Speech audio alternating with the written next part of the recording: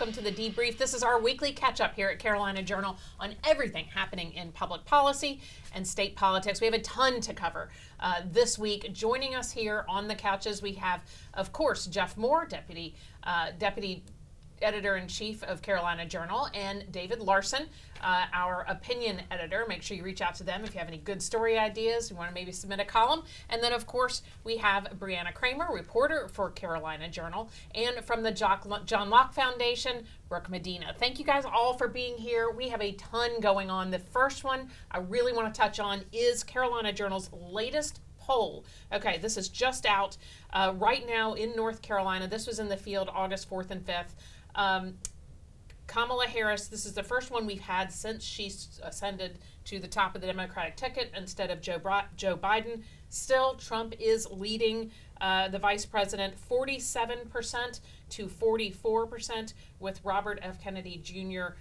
In third at 3.6%. One of the biggest things I've really noticed about this, first, we have the Democratic National Convention kicking off in Chicago on Monday. So that's where we stand in North Carolina right now, Trump leading.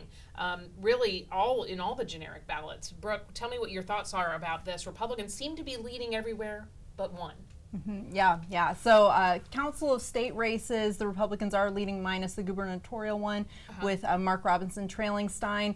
Doesn't bode well for Robinson, but certainly if you're another Republican candidate in the Council of State race, this is good news for you. The Michelle Morrow one is one of particular interest to those who actively watch and follow North Carolina politics because she is viewed as an outsider. Right. But going back up to the ballot at the top with Trump and Harris, certainly Harris has been able to close that gap in ways that Biden did not when he was on the ticket. Right.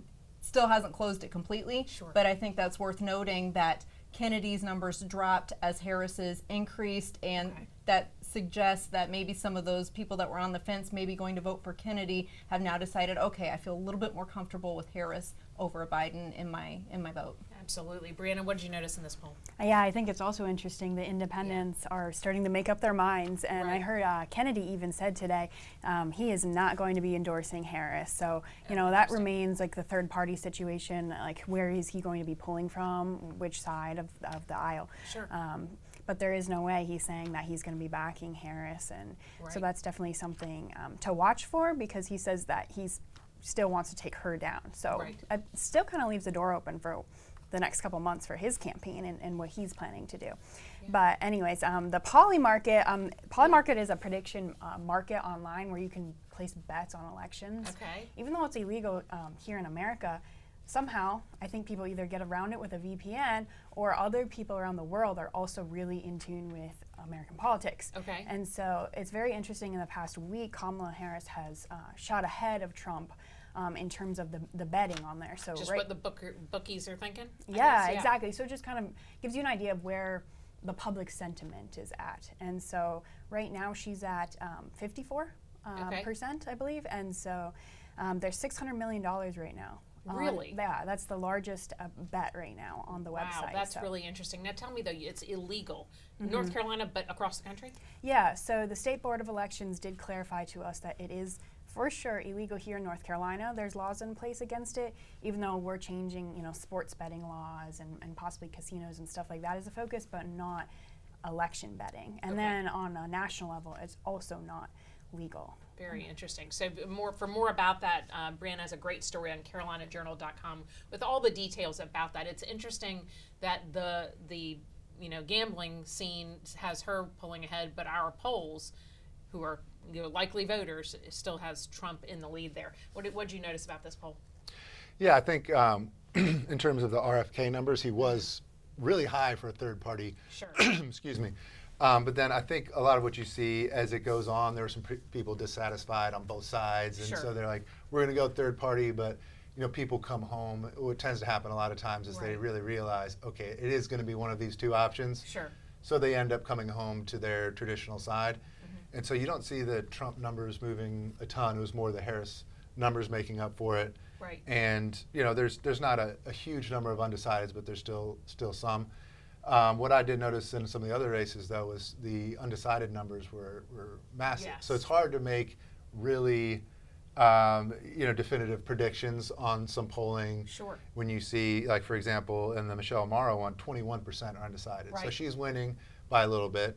I think it was 4% or so. Okay. And then also Robinson's down by 3 or 4%. Right. But there's 15% undecided That's in a that huge one. number. Yeah, So like it's- 20%, 15. That's huge. It was 15 in the Robinson Okay. versus Stein, and then 21 in the Mo Green versus Michelle Morrow. Uh-huh. So those, it's hard to know exactly what to make of those numbers yet Sure. until those people also, it seems like more people are coming home to one of the parties and making up their mind for the presidential one than they are quite yet for the council of state races. Right. But I think you get a good clue too looking at the generic ballots for things. And how are those? And they both had Republicans for the U.S. congressional ones as well as the General Assembly. Kind of maintaining what has been the general trend over the last few cycles, which is Republicans with a slight edge. People call us a purple state with kind of a little more of a red tint, Sure. So I think it's one that's been tempting for Democrats to Right. think we can put a bunch into it and win, and then they always just miss that, Just a miss. lot of time. So I think that's kind of when everybody comes home, probably Republicans have an advantage, although with Morrow and Robinson, there's a sense that maybe some Republicans see them as a little more extreme or a little harder to get behind. Maybe that'll smooth out too over time as people just get more Sure. comfortable with the candidates. Do you think it's just not knowing who they are or knowing where they stand? I think a lot, it's easy for us to think, oh, we know these characters, Yeah, we talk sure. about them all the time. There's a lot of people who, you ask them who their congressman is, you ask them who even, lieutenant governor or governor is. Right. It's not something a lot of people spend their day thinking about, so they Yeah. do have, that's why you see those big undecided numbers. Sure. A lot of people, they'll start to do their research in the fall, and then, maybe that's when they'll really Right. get from that undecided category over to make their decision. Yeah, of course. First, if you would start with explain what a generic ballot means, because we use that as a bar often to see how people are falling on different candidates if they don't know who they are.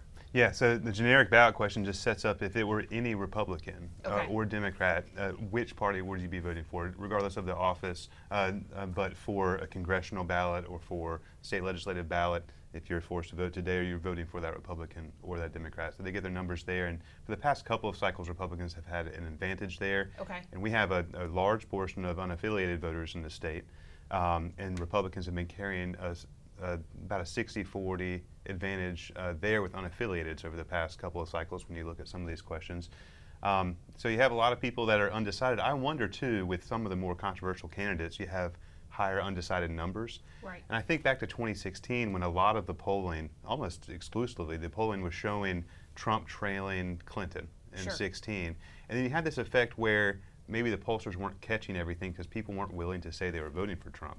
So now you have Trump has lost the novelty, so people know of him now. But with Robinson and with Michelle Morrow, they are being painted as controversial figures. People are getting called and getting polled, and I wonder if there's a hesitancy to admit support for Robinson or Morrow, considering those undecided numbers are so high. Sure. And Robinson, they're peppering him with ads. He's become somewhat of a national figure. It'd be hard for me to believe that people with even a low kind of propensity to pay attention to politics don't know of Mark Robinson at this point. Michelle Morrow easily can get swept up in people not knowing about those down ballot races. Sure. But yeah, I wonder if that's going to be there. Otherwise, with the presidential, it seemed pretty easy arithmetic to shift over.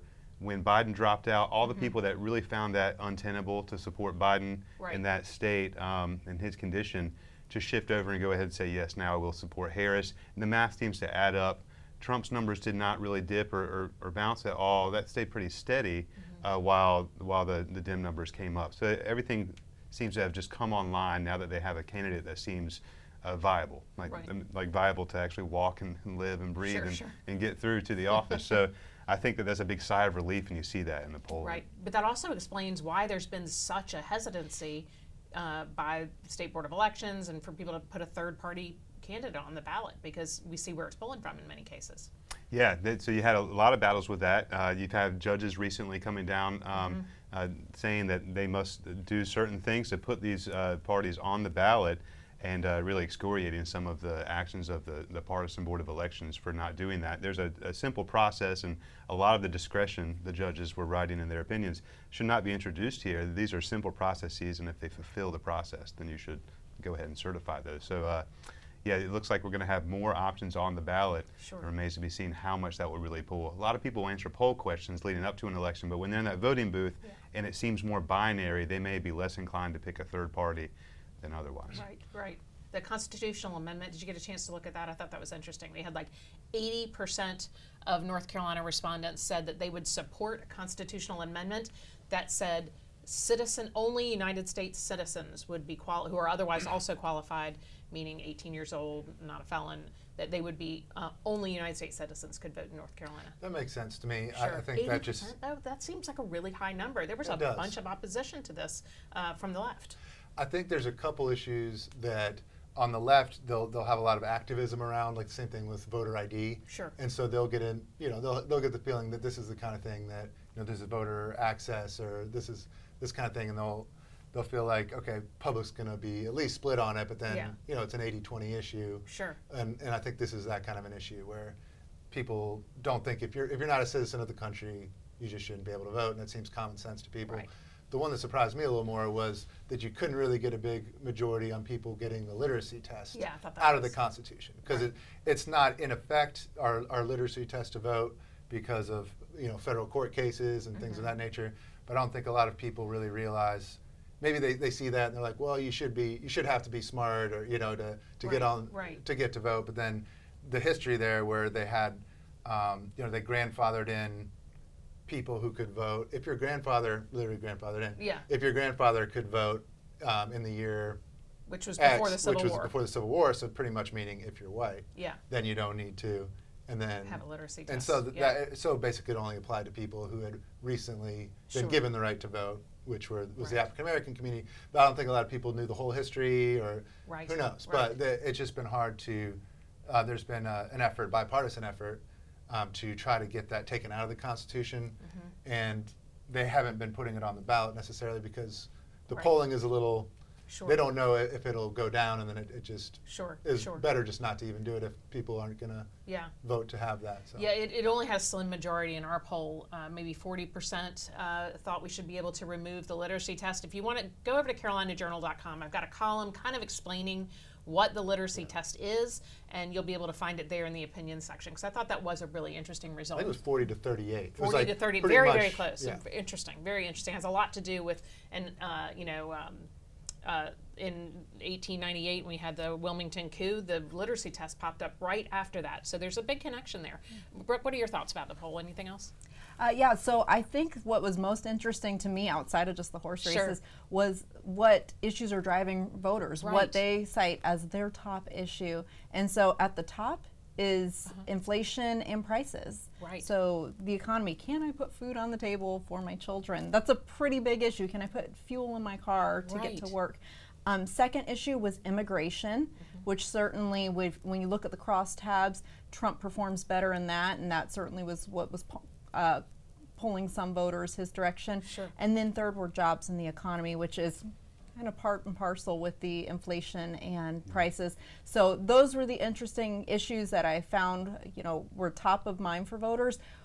Fascinatingly enough, abortion was not on that top 3 list. Yeah, I was surprised too. Which the Democrats have vowed to make a top issue. We see the Josh Stein ads going after Robinson. We see what Harris has started to trumpet.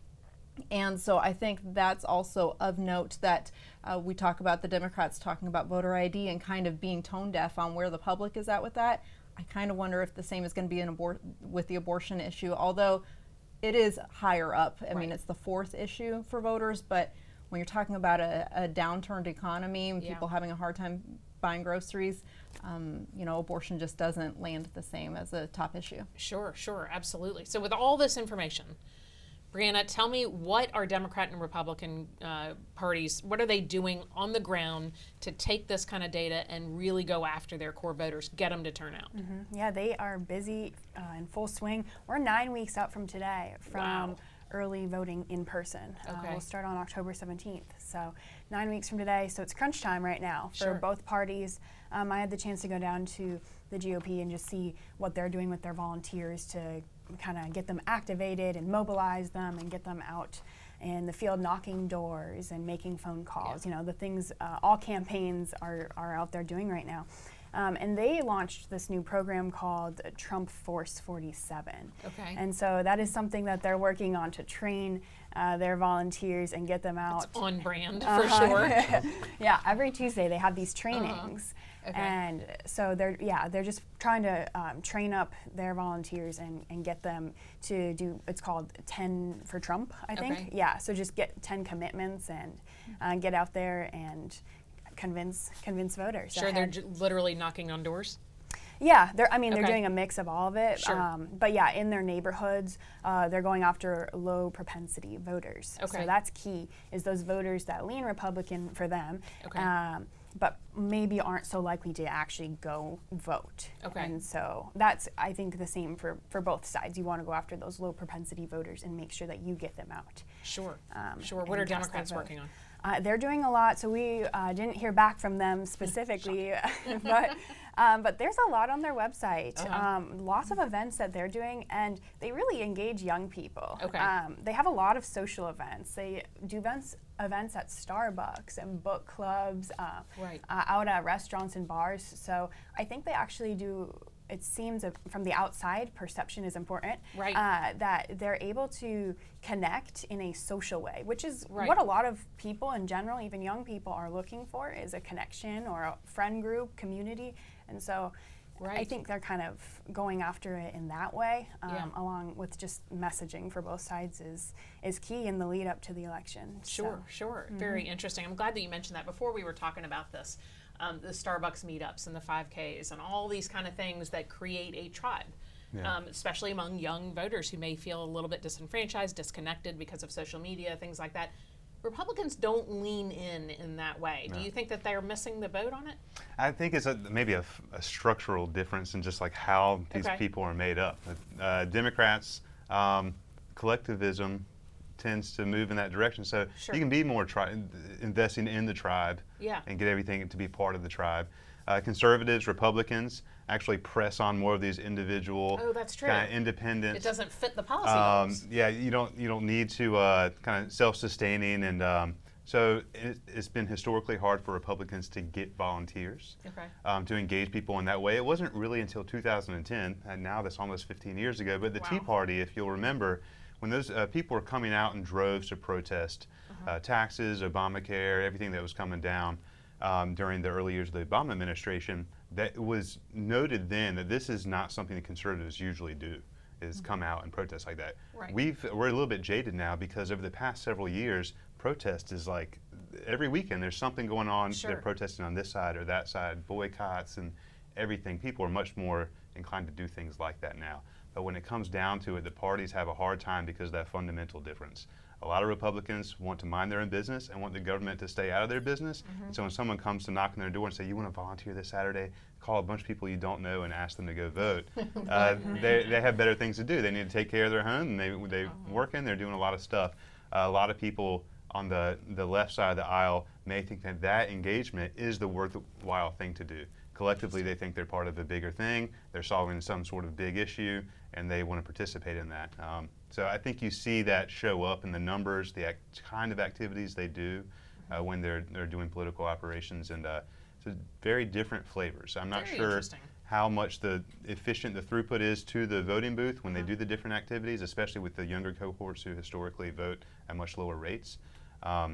But it is interesting to see like how they treat it so Sure. differently and how much we've changed from before. That it wasn't long ago that I was told by older members of my family that you don't discuss politics at the dinner table or remember. at social functions or anything like that. You can't get away from it in 2024. So Yeah. the world's changing in those ways. Interesting, but they're training them up. I mean, those young people that went to the Starbucks meetup and the 5K, eventually they turn 30, Sure. and they turn 35 and 40. Do they change their voting habits, or do you think they've trained them up in their 20s? They might just get less likely to be that energetic and that involved in things. I think there was a version of, conservative civic, activity Right. that was more common. I don't know, Robert Putnam, if people Sure. know that book, Bowling Alone.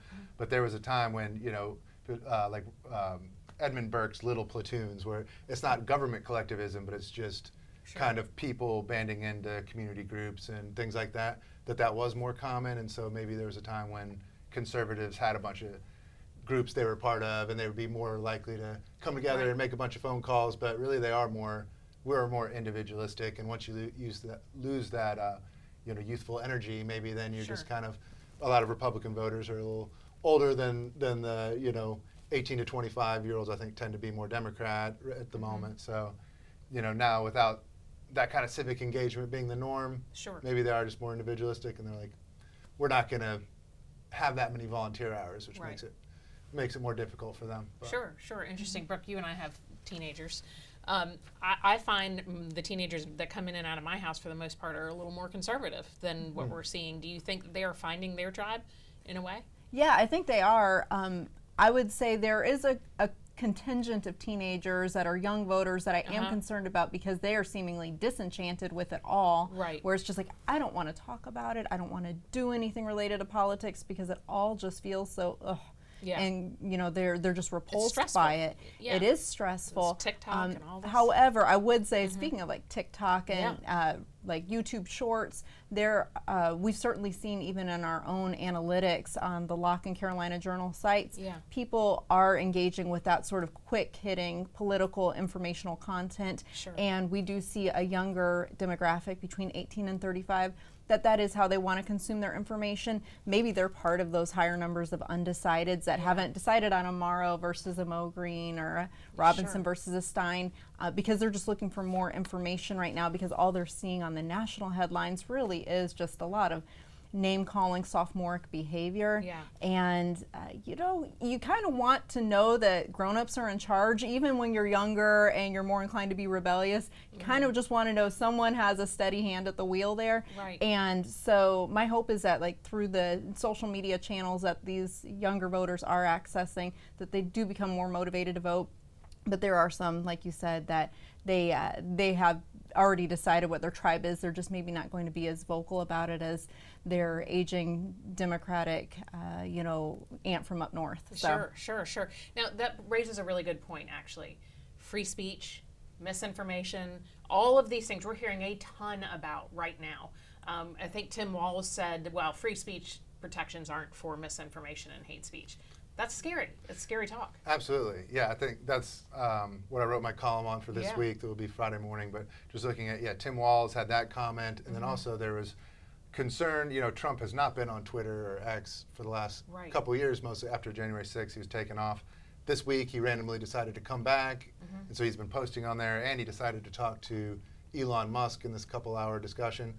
But it was interesting to see that attitude of hate speech and misinformation is not part of free speech. That's not protected by that. You saw a Washington Post reporter ask the White House, Trump is back on Twitter and he's going to talk to Elon Musk. Misinformation's not a good thing. What's the White House going to do to stop that? And everybody's like, how is that a question from a reporter? But I think that's an attitude right now where free speech is something that it's not just a given for a lot of people. I mean, some people think, if you say something that I don't think is true, that's misinformation, or I don't think is good, that I think is hateful, that doesn't count. And so we're seeing in Britain, too, with the riots there, people are going to jail for retweeting things. If it's just, the immigrants are rioting and we should look at immigration policy, if you phrase it in a way they think could incite hate, people are getting prison sentences for retweets. So I think, free speech is definitely, it's part of what we think of as the democratic process in America. Something that is, John Locke Foundation is a liberty-focused organization that we want to make sure it stays that way. Sure. What are your thoughts? I think we've become culturally removed from some of our first principles. Like, we don't have an intimacy with what free speech would actually mean, and that understanding would let you know that it's the worst things that actually deserve that protection. Because if everybody was just cool with whatever's being said, it doesn't really need any protection. But we see that in free speech, that free speech is okay except if it's mean or it's hateful in any way, then maybe not that. And so they don't understand the distinction. We also see it in some of the proposals now where we've lost some lessons economically, because with prices going up and inflation being a problem for the past several years, now they're suggesting price controls and price fixing. And go after price gouging is what they like to point to, corporate greed and things like that. But there are lots of examples throughout history of fixing prices and how that goes for an economy, for communities, for countries and their people. So it seems like that we may need a reminder about what these first principles are, and economically, free speech, freedom of religion, things of that nature. Hopefully that's something that we're able to revisit as a country and as communities. I'm not sure how it happens, but it does seem like that there's a big separation there now. Sure. What are your thoughts on it? Yeah, it reminded me of this week, Kamala Harris, her campaign was caught, I guess, switching headlines around. I saw that. Yeah, did you? Okay, yeah. So some of the mainstream headlines, they were then altering the headlines for Google Ads. So in a way, that could be sensed as misinformation. While the White House has created this misinformation task force. Right.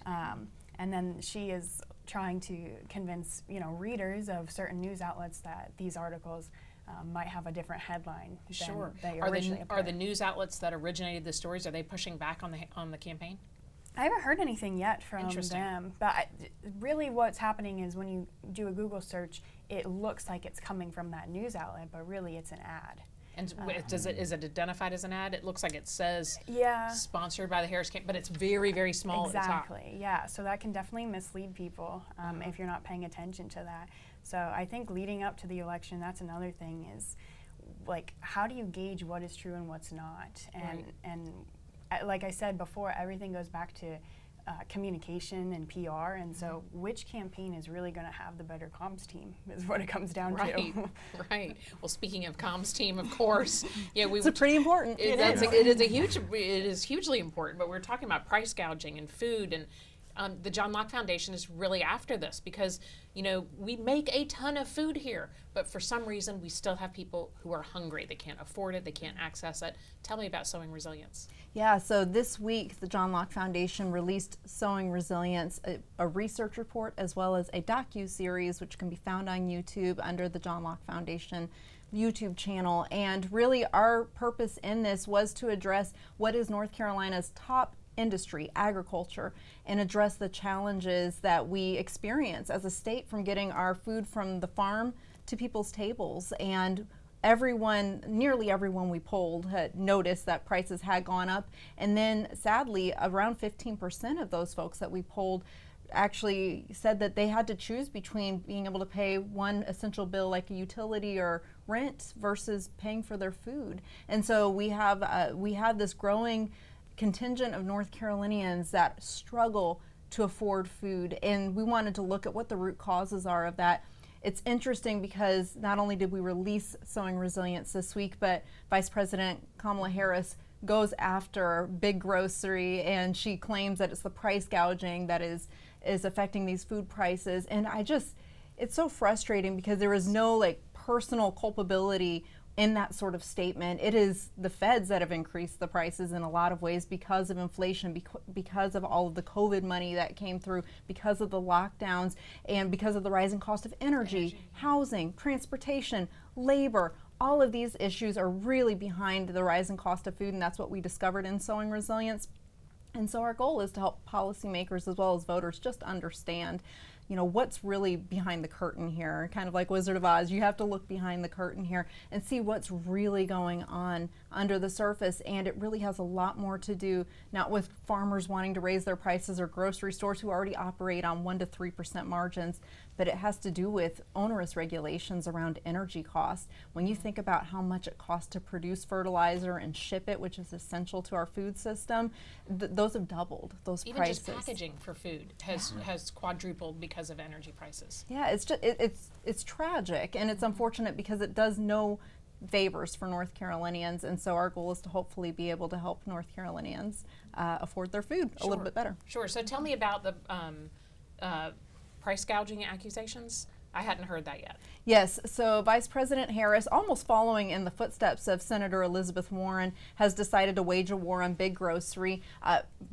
in part, I think, because they're reading some of the same poll numbers we are, where voters care about inflation and prices. And so instead of just, admitting, hey, you guys, we messed up a little bit here, let's start fixing things and not just throw money at all these problems, they've decided, no, we're going to wag our fingers at Big Grocery and we're going to accuse them of price gouging and state that it's them just being greedy. And so she's essentially pandering to voters in this way to attempt to point the finger at a different industry, which is so un-American and unpresidential in a lot of ways. You don't just wag your fingers at these greedy industries or say they're greedy and then just expect voters to fall in line. Sure. People know that it's been under the entire Biden administration that these prices have continued to rise. Absolutely. We're going to be watching that really closely. Make sure you go over and take a look at, we'll link it on Carolina Journal. You can see it there, but also on YouTube. It really is a fascinating documentary on, you see Brooke and me and our whole team really digging into why our grocery prices are so high. And it surprised me. Some of the results really surprised me. And we went, Murphy to mania. We went all across the state talking to farmers and, people who were really just trying to feed their families, making food, selling food. It really is fascinating, and it has a lot of surprises. So make sure you check it out.